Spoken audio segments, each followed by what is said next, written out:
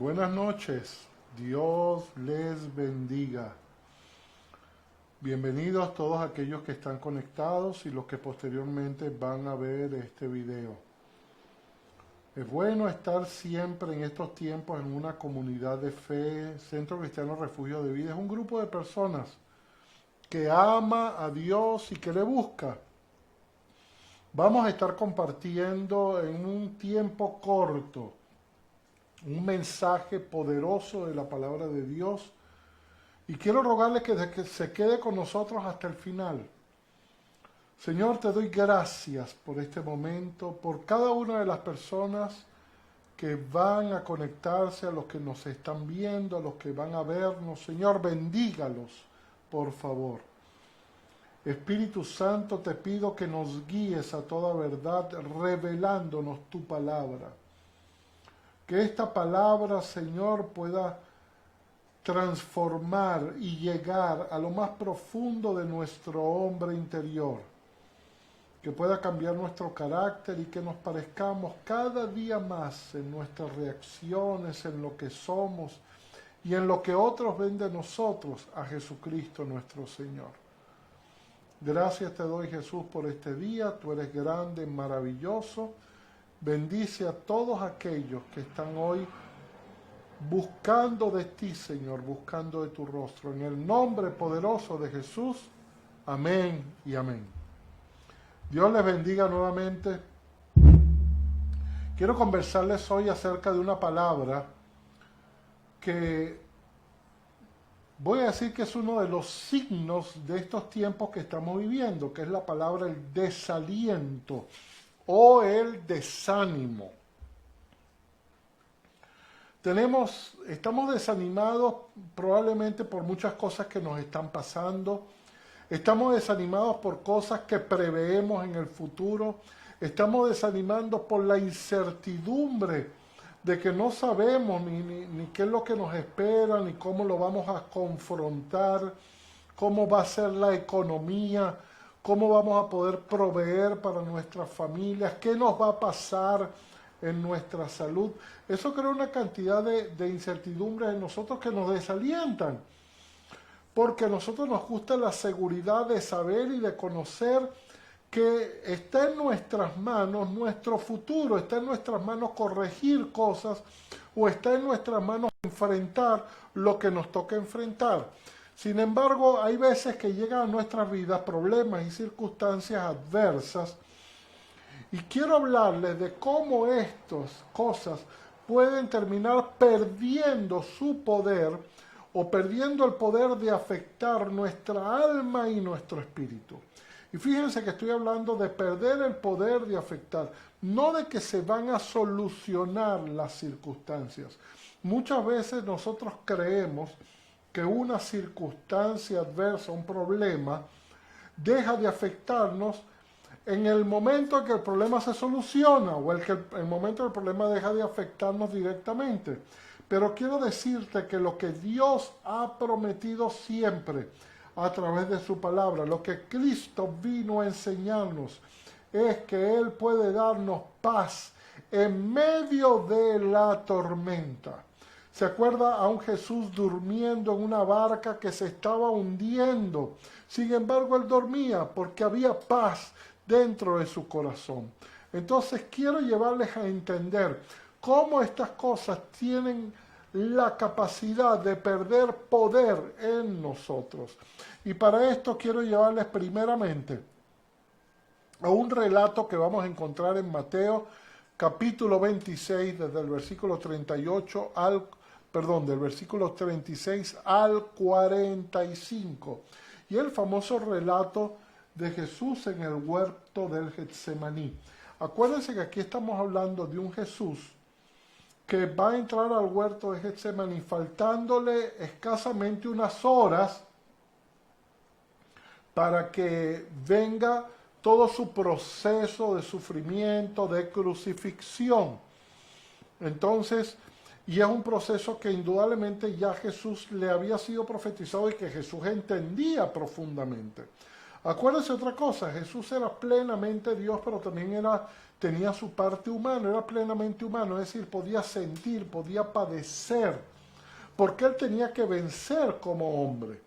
Entonces, fíjense cómo llega Jesús. Dice, llegando Jesús con algunos de sus discípulos a un lugar que se llama Getsemaní, comenzó a entristecerse y a angustiarse en gran manera. Fíjense la definición. Entristecerse y angustiarse en gran manera. Aquí estamos hablando de un hombre muy desanimado, muy desalentado, donde entra con una carga emocional muy fuerte porque él sabía lo que venía. Entonces él se lo refiere a sus discípulos, a los que están con él, dice, mi alma está muy triste hasta la muerte, por favor quédense aquí y velen conmigo. Y aquí viene una revelación de lo que es la soledad del alma. En medio de nuestros problemas, en medio de nuestras circunstancias, finalmente nosotros vamos a estar solos. Cuando estamos pasando por una situación difícil y la afrontamos y la peleamos, pero después finalmente nos acostamos en nuestras camas, ponemos nuestra cabeza en la almohada para descansar. Ahí vienen todas las cosas a nuestra mente y a nuestro corazón, que empieza esa carga emocional y sabemos y entendemos en aquel momento, wow, estamos solos, puede ser que yo esté durmiendo hasta con mi esposa al lado, pero estoy solo en esto, estoy solo, y eso es lo que estaba sintiendo Jesús.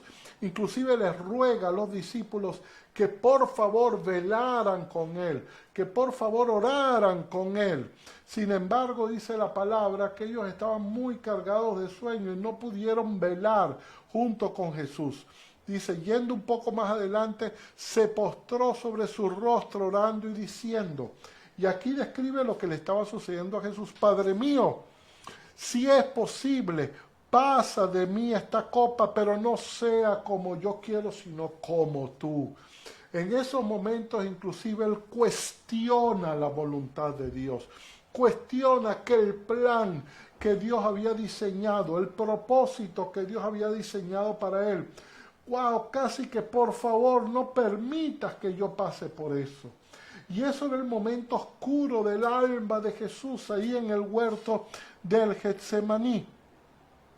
Y dice la palabra que llegó un momento que era tal la angustia y la desesperación, porque él había llegado a un estado tal de depresión, que comenzaban a gotear gotas de sudor como de sangre. Y tuvieron que venir unos ángeles de Dios a consolarlo, a estar con él. Y fue varias veces donde los discípulos hasta que los vio dormidos. Y finalmente dice, entonces vino a sus discípulos y les dijo, duerman ya. O sea, aquí va a ver cómo sale Jesús. Primero vimos cómo entró, vimos la carga emocional, vimos lo que estaba sucediendo en su vida. Vimos el carácter, cómo lo estaba confrontando Jesús. Pero mira cómo sale, dice, duerman ya y descansen. He aquí ha llegado la hora. Es decir, ya estoy aceptando, ya acepté lo que el Padre tenía para mí. El Hijo del Hombre será entregado en manos de los pecadores. Levántense. Él no tenía conmiseración de él, no tenía, wow, no se sentía mal, pobrecito yo, lo que voy a pasar, ustedes no lo van a pasar. No, él salió seguro, él salió en la seguridad, en la victoria, que él había vencido. Él había vencido, había entrado cargado, había entrado en la oscuridad de su alma, pero salía con su alma iluminada, con una actitud diferente.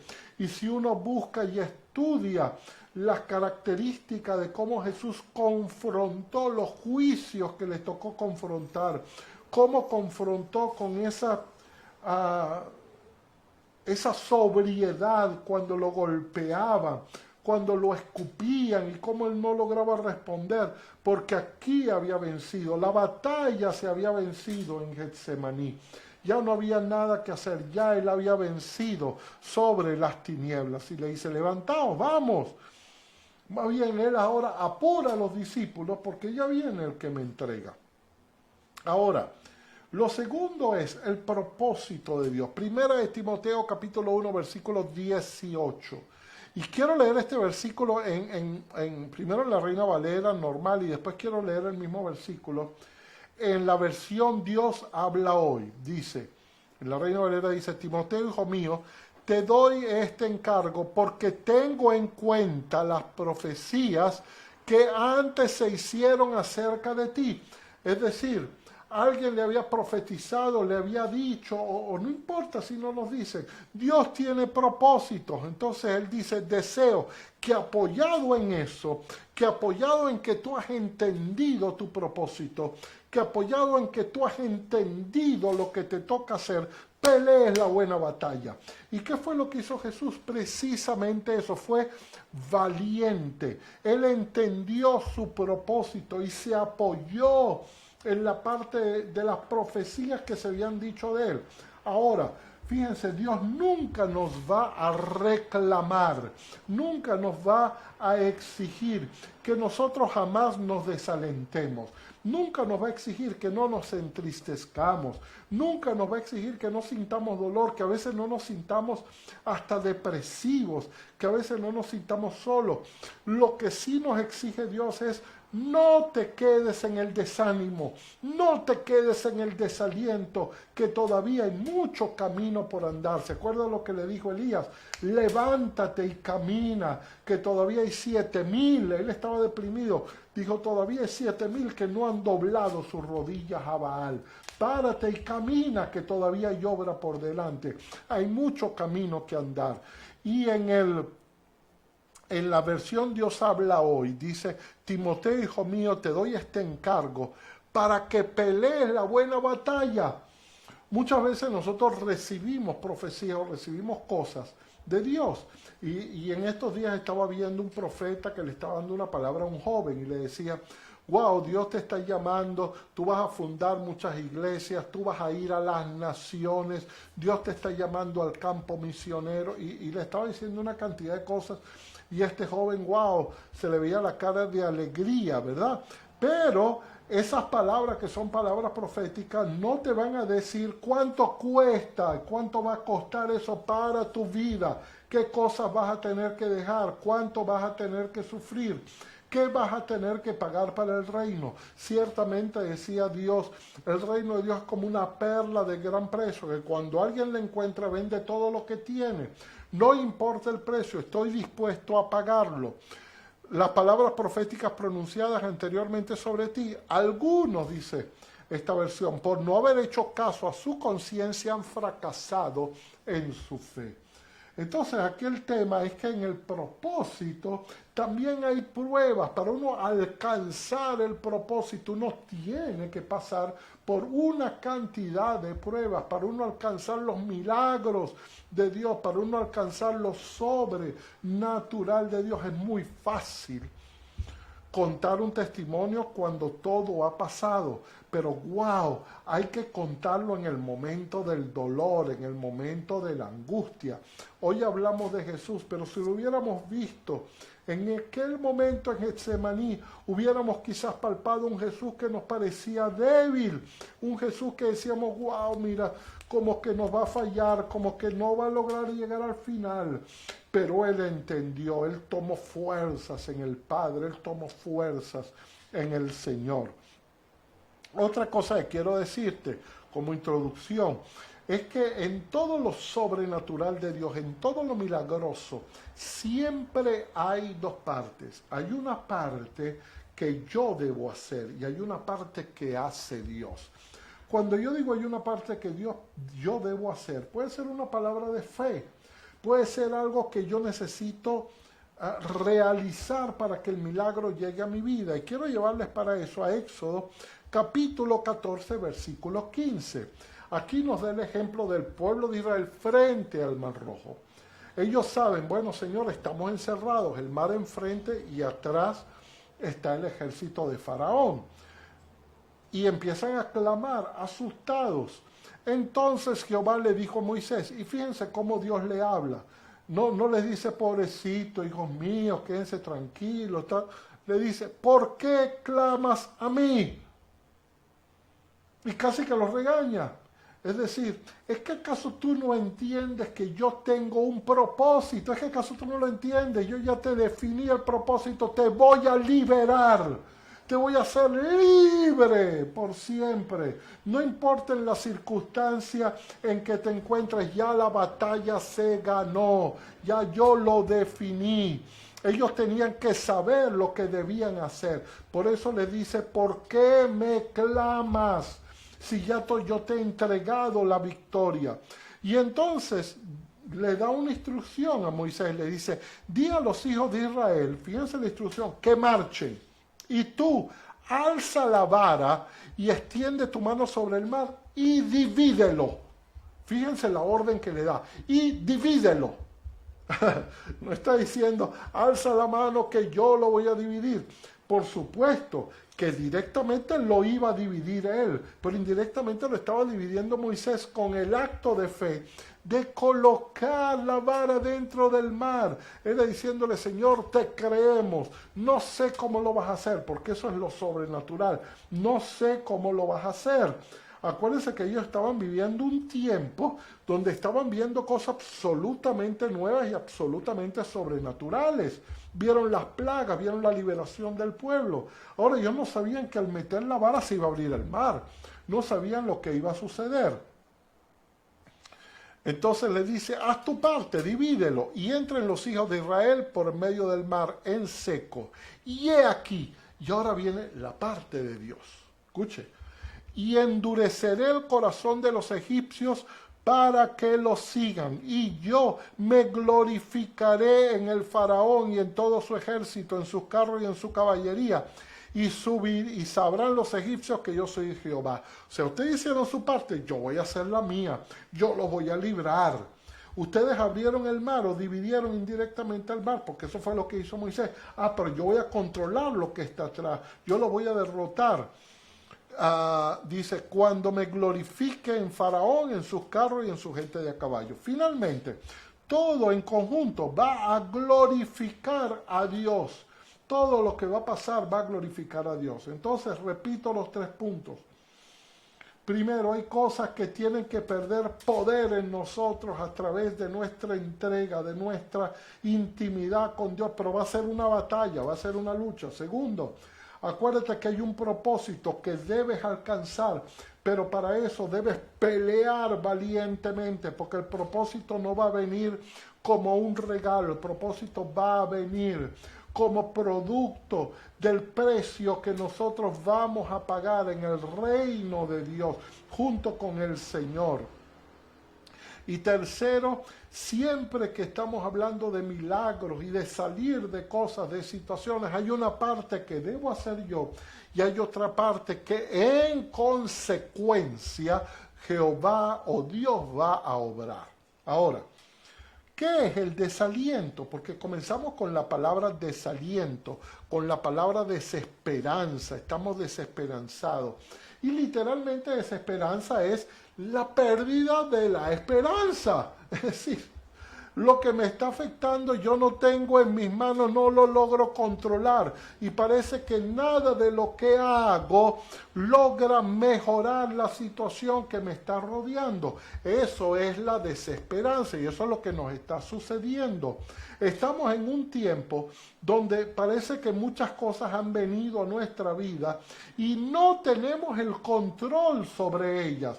No tenemos el control, número 1, porque no sabemos qué hacer, y número 2, porque muchas cosas no dependen directamente de nosotros, sino dependen de terceros, dependen de que ciertas situaciones cambien. Cuando llega la desesperanza, cuando llega el desaliento a nuestras vidas, se generan 3 tipos de pensamientos en nosotros. Quiero que lo escuche. Dice, número 1, empiezo a ver todo mal. Todo lo que se me viene encima lo empiezo a ver mal. Comienzo a ver desde una óptica negativa. Comienzo a llenarme de cosas negativas. No importa si lo que me afectó fue pequeño o grande. No importa si lo que me afectó finalmente va a terminar. Yo empiezo a ver todas las cosas mal. Y empiezo a molestarme con todo el mundo. Y usted ve que a alguno le pasa algo y uno se molesta con la esposa, se molesta con el hijo, se molesta con todo el mundo. Pero ya va, eso es un problema que tú estás teniendo. Segundo, llega la conmiseración. Esto me pasa solo a mí. No hay más nadie que esté sufriendo de la manera como yo estoy sufriendo. Mentira. Todos en algún nivel están sufriendo. Decía alguien, nunca te rías del dolor de un niño porque todos los dolores son iguales. De repente para mí el dolor de un niño, ¿para qué voy a llorar por eso? Pero él le está afectando. Entonces, y el tercer pensamiento es, las cosas no van a cambiar, sino más bien van a tender a empeorarse. Y de eso sabemos bastante nosotros. Y sabemos bastante cuando vemos las redes, porque todo nos dice, esto va a empeorar, esto no tiene solución, aquí no va a pasar nada, aquí no hay, si Dios no interviene, pero no tenemos la fe y la creencia de que algo va a pasar. Entonces, esto, comenzando por el desaliento, va a tener un ciclo de cosas que en consecuencia van a ir pasando. Primero me desaliento, después me desanimo. Si yo dejo que ese proceso siga pasando, comienzo a tener resentimiento. Jesús llegó un momento que se resintió con los discípulos. Pero ustedes ni siquiera una hora pudieron orar conmigo. No pudieron estar, o sea, les está diciendo indirectamente, yo que he dado todo por ustedes, yo que les he enseñado, yo que les he instruido, yo que les he sostenido, yo que les he sanado, ustedes no pueden ahora darme una hora cuando están viendo mi dolor. Después viene la autocompasión, wow, pobrecito a mí me pasan todas estas cosas. Después viene el complejo de persecución y de culpa. Me empiezo a sentir culpable de todas las cosas y finalmente, cuando no me logro controlar, me lleno de rabia, me amargo, me lleno de enojo, mi alma se llena de amargura. Entonces comienzo a cambiar y comienzo a afectar con mi dolor a todos los que me rodean, de una o de otra manera. Ahora, lo otro que debe aprender en este momento, porque estamos hablando primero de lo que estamos sucediendo actualmente, pero escúcheme esto tiene que ver con todos los problemas de la vida que usted va a tener. Y los problemas, las crisis que usted va a tener en la vida, normalmente son de dos tipos. Uno, son las crisis de vida. Yo lo voy a llamar las crisis de vida por conveniencia. ¿Qué son las crisis de vida? Son las que están relacionadas con las diferentes etapas de la vida que toda persona finalmente tiene que pasar. Y esas son etapas que nosotros nos hacen entrar en crisis. Por ejemplo, cuando uno es padre, por primera vez, o es padre de un nuevo hijo, eso te crea una crisis de alguna manera. Cuando entramos en la adolescencia, somos niños, entramos en la adolescencia, se nos crea una crisis. Cuando entramos en la tercera edad, se nos crean crisis. Cuando tenemos a veces que dejar el hogar, se nos crean crisis. Pero debo entender que esos son procesos naturales, que no es que yo estoy pasando por eso, es que todos tenemos que pasar por eso. Son crisis normales de la vida. Y nosotros entramos en el año 2020 y probablemente entramos con muchas crisis de vida, cosas normales, cosas que no tenían que estar sucediendo, preocupaciones porque tenemos a nuestro hijo en el colegio, preocupaciones, pero ahora se agrega a esa crisis lo que llaman las crisis situacionales, que son causadas por circunstancias imprevistas o repentinas. Por ejemplo, ¿quién nos hubiera dicho a nosotros acerca del COVID-19? ¿Quién nos hubiera dicho? Nadie. Cuando hay una enfermedad que de repente tú estás bien y vas a un médico y te dice, wow, mira, tú tienes esto, esto y esto, tu cuerpo no está funcionando bien, vamos a tener que seguirte estudiando. Wow, eso te sacude.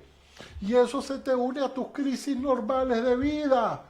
Por ejemplo, el COVID-19 es una crisis situacional, pero mucha gente que está en la tercera edad de repente se da cuenta, wow, pero yo estoy viejo. Yo llegué a esta etapa y ahora que tengo que estar encerrado no hay nadie. Entonces ellas ya se van fortaleciendo el uno al otro y van creando crisis realmente grandes en nuestra vida. Entonces entienda, hay que diferenciar la crisis de vida de las crisis situacionales. La crisis situacional Siempre va a pasar, tarde o temprano va a pasar. Son crisis de situación, son crisis circunstanciales. Ahora, la crisis de vida son etapas que uno también las va a pasar, pero tiene que entender que tienen un ciclo de desarrollo y un ciclo de aprendizaje. Ahora, vamos a entrar ya en lo más importante de todo. ¿Qué debemos hacer? Porque está muy bien, yo les he explicado todo esto, pero ¿qué debemos hacer? Le voy a dar 6 pasos. No 6 pasos, 6 puntos, porque los pasos no son uno detrás de otro, sino dependiendo de lo que está sucediendo, tú vas a tener que asumir estos pasos de una o de otra manera. El primer paso, y quiero que por favor le pongan mucha atención, porque esto es el quid de la enseñanza, aquí está el centro de la enseñanza. Primero, les hablé de propósito, les hablé de que debe perder las fuerzas en nuestra vida, que no nos debe dañar el alma y el espíritu, y les hablé de los milagros. Hago mi parte, Dios hace la suya, de las crisis situacionales y de las crisis de vida. Pero ahora vamos a la parte práctica. ¿Cómo lo pongo en práctica? ¿Cómo hago realmente? ¿Cómo ese relato hago que yo entro en una etapa de oscuridad, de crisis y salgo en victoria, salgo en seguridad, salgo sabiendo lo que debo hacer y sabiendo que aunque el problema no se va a terminar todavía tengo que pasar por medio de la tormenta, pero ya yo estoy seguro de a dónde voy a llegar.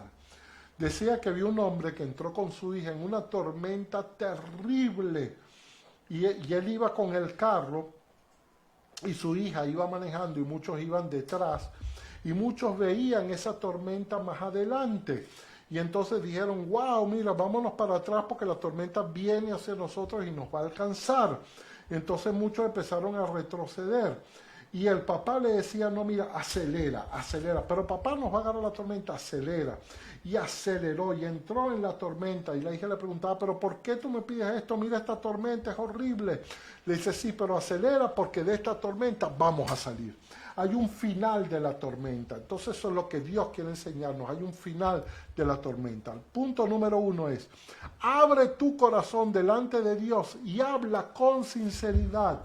Es decir, usa la expresión que dice la palabra, derrama tu corazón y tu espíritu delante de Dios. Habla como hablas con un padre. Ya finalmente, cuando te encuentras solo en esos momentos oscuros del alma, habla con Dios. Dile lo que estás sintiendo. Inclusive si tienes en un momento que estás cuestionando a Dios, díselo. Dile, Señor, eso fue lo que hizo Jesús. Padre, yo no quiero pasar por esto. Yo quiero que tú lo entiendas. No quiero pasar. E imagínese al padre con un hijo que él amaba, tener que escucharlo y decirlo, wow, yo tampoco quiero, hijo, pero esto es lo que está proyectado, este es el plan, tienes que pasar para que el hombre sea salvo. Quiero leer en 1 Samuel capítulo 1, del versículo 15 en adelante, acerca de Ana, esta mujer que no tenía hijos y llega delante del Señor, llega en el templo a orar. Dice, y Ana le dijo, no, Señor mío, soy una mujer atribulada de espíritu, no he bebido vino ni sidra, sino que he derramado mi alma delante de Jehová. No tengas a tu sierva por una mujer impía. Acuérdense que en aquel tiempo, cuando una mujer no tenía hijos, era un signo de una maldición. Le decía, Señor, que la gente no me llame maldita, porque yo te amo, Señor. Porque por la magnitud de mis congojas y de mi aflicción, he hablado hasta ahora. O sea, he hablado desde el dolor, he hablado desde la parte oscura del alma. Y Elí, que era el sacerdote, le respondió y dijo, ve en paz. Y el Dios de Israel te otorgue la petición que tú le has hecho. Y ella le dijo, halle tu sierva gracia delante de tus ojos. Y se fue la mujer por su camino y comió y no estuvo más triste.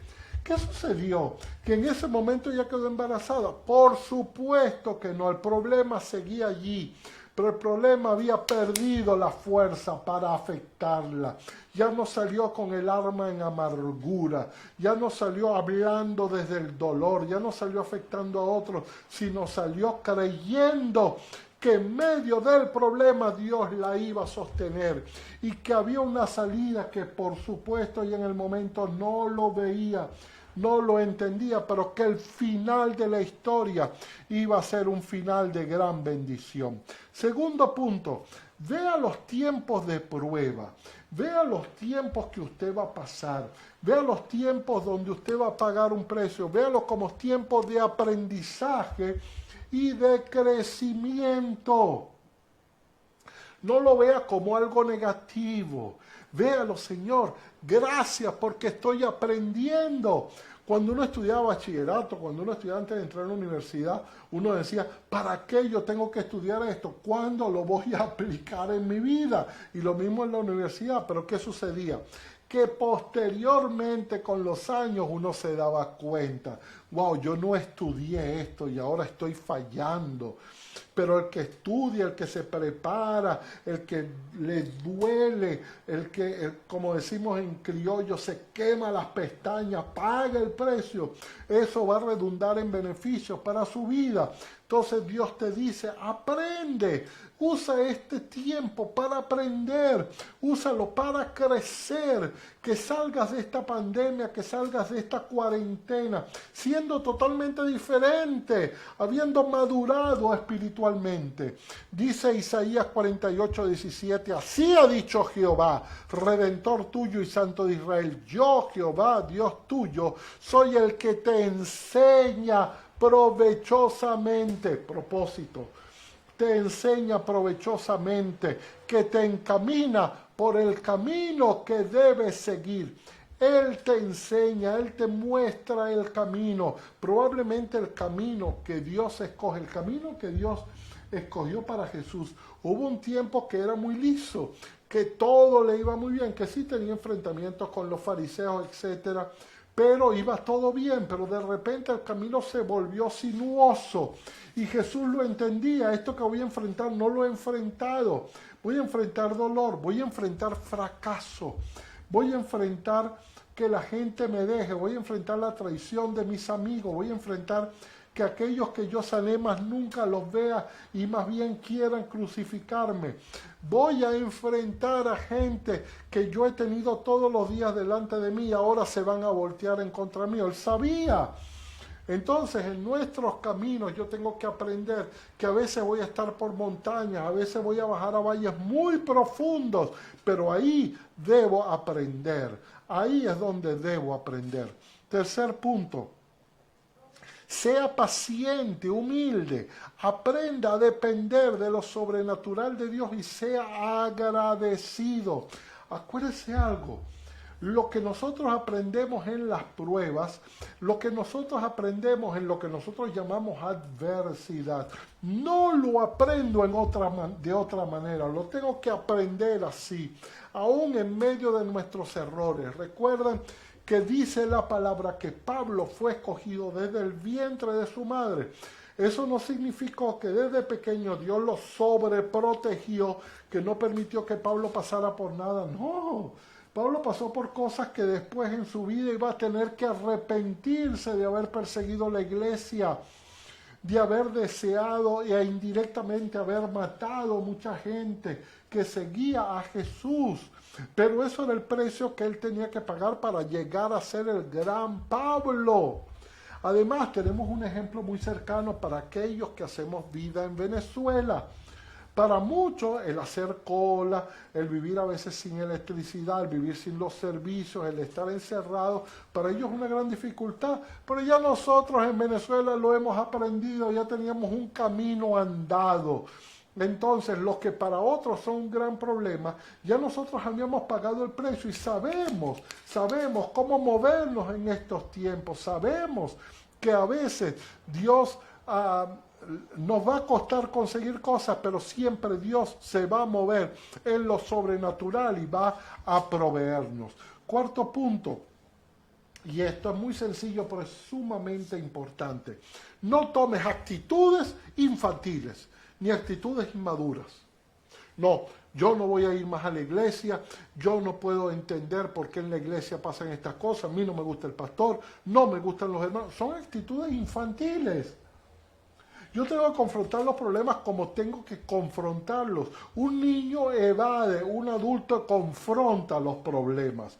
Entonces yo tengo que confrontarlos y saber que Dios está conmigo. En la medida en que yo evado, los problemas no se van a solucionar. Los problemas van a seguir ahí, pero yo los evadí.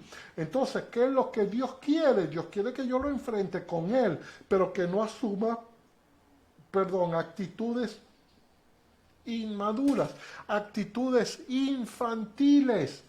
Quinto punto. Cuando las circunstancias a mi alrededor no cambien, entonces cambia tu actitud.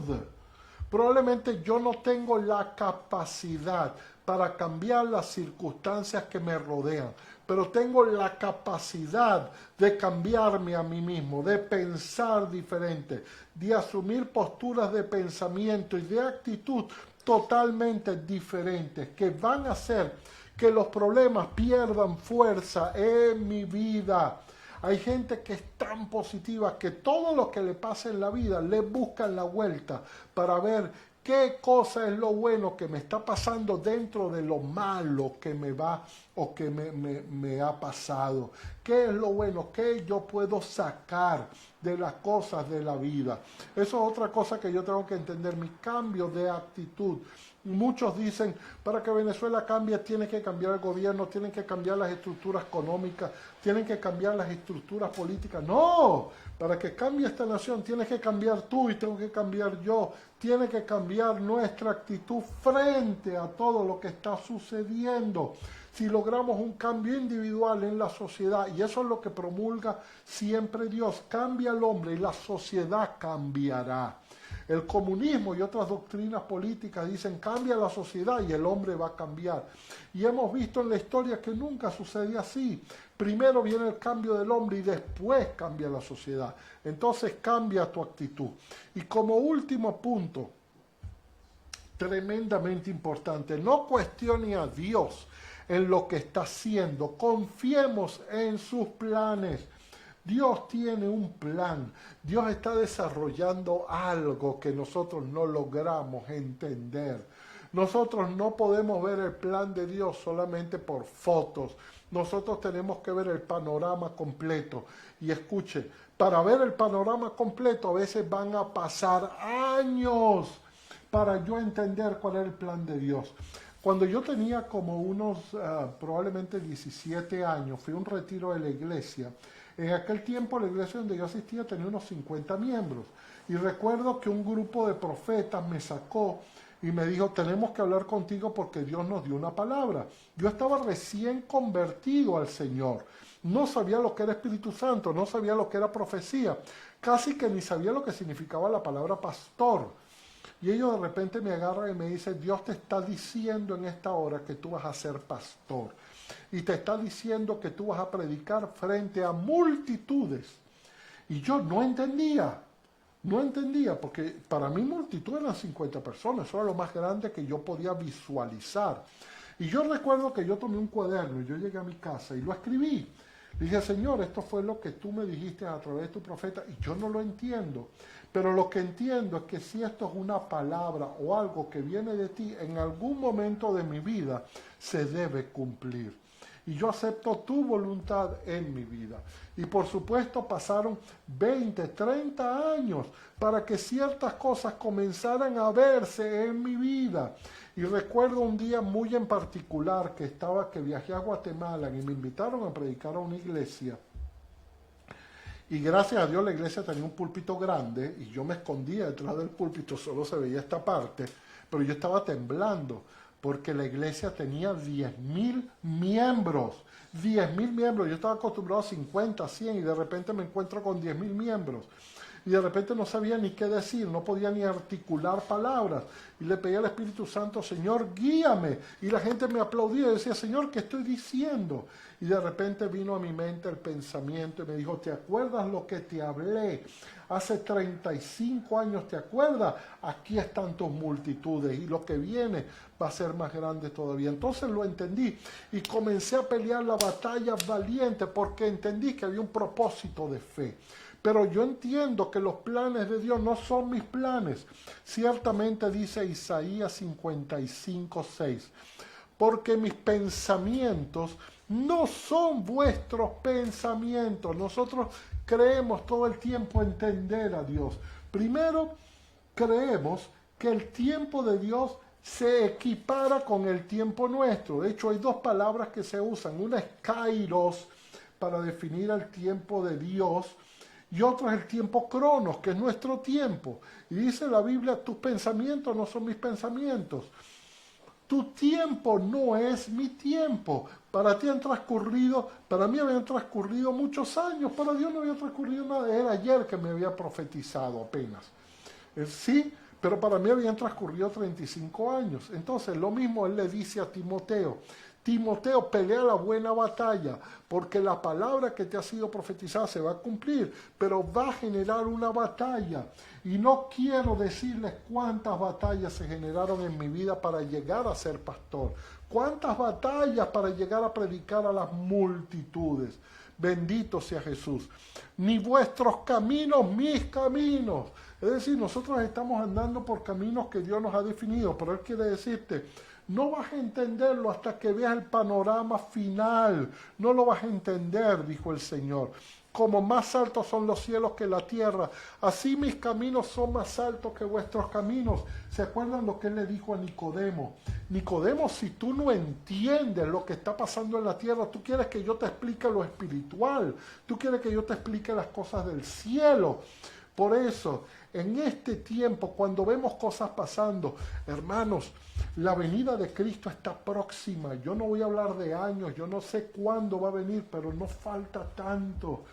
Entonces, si yo lo entiendo y yo lo sé, y yo entiendo que Dios mide el tiempo diferente a como yo lo mido y que los pensamientos de Él son diferentes, yo tengo que entender que hay un plan de Él en toda la tierra, que lo que está pasando y que yo mismo soy parte de ese plan. Y dice la palabra, y la palabra que yo envío va a producir o va a germinar o va a hacer aquello para la cual yo lo envié, yo la envié. Bendito sea Jesús. Entonces recuerda, Dios te está preparando. Probablemente hay un precio que pagar, por ese precio te va a llevar del desaliento a la seguridad.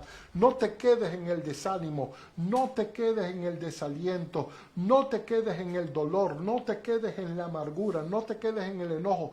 No permitas que eso afecte tu alma. Sal de ahí, saca la cabeza para que Dios de alguna forma te use y te haga ver todos los problemas que están en tu vida pierden fuerza cuando llevas esos problemas a la cruz del Calvario, cuando me llevas esos problemas delante de mí y derramas tu corazón delante de mi presencia. Señor, yo bendigo a toda la gente que nos ha escuchado y a los que nos van a escuchar y nos van a ver. Yo les bendigo. Señor, que esta palabra se haga realidad en su vida, que no permita, Señor, que las cosas duras que nos están sucediendo y que van a sucedernos hagan que nuestra vida y nuestra alma se llene de amargura. Llévanos del desaliento a la victoria. Llévanos del desánimo a la seguridad, Señor. Te lo pido en el nombre poderoso de Jesús. Si esto que tú has escuchado ha sido de bendición para tu vida, si ha bendecido tu corazón, quiero rogarte que lo compartas ahí en Facebook y que por favor le des me gusta para que esto pueda llegar a más personas, pueda llegar a ampliarse la distribución de lo que estamos haciendo. Lo que intentamos es que la palabra de Dios llegue a muchos lugares. Esta es la forma que Dios ha escogido en este tiempo para que su palabra sea esparcida. Si probablemente no lo pudiste ver por Facebook en vivo, también todas las prédicas están grabadas en nuestro canal de YouTube. Ve a YouTube, por favor suscríbete y activa la campana para que todas las notificaciones te puedan llegar, para que cuando hay un nuevo video tú puedas ser notificado y para que igualmente puedan publicarse más y nosotros podamos vencer sobre todos esos espacios que el diablo ha ganado y que nosotros vamos a arrebatárselo para la gloria de Dios. Entonces recuerda, ánimo, ve del desaliento a la seguridad y recuerda para esto, si Dios es con nosotros, ¿quién contra nosotros? Les bendigo en mi nombre, en el nombre de mi esposa Sisi y de mi hijo Santiago. Les amamos y gracias por estar con nosotros. Que Dios les bendiga y cuídense. Nos vemos el viernes a esta misma hora en la noche. Dios te bendiga.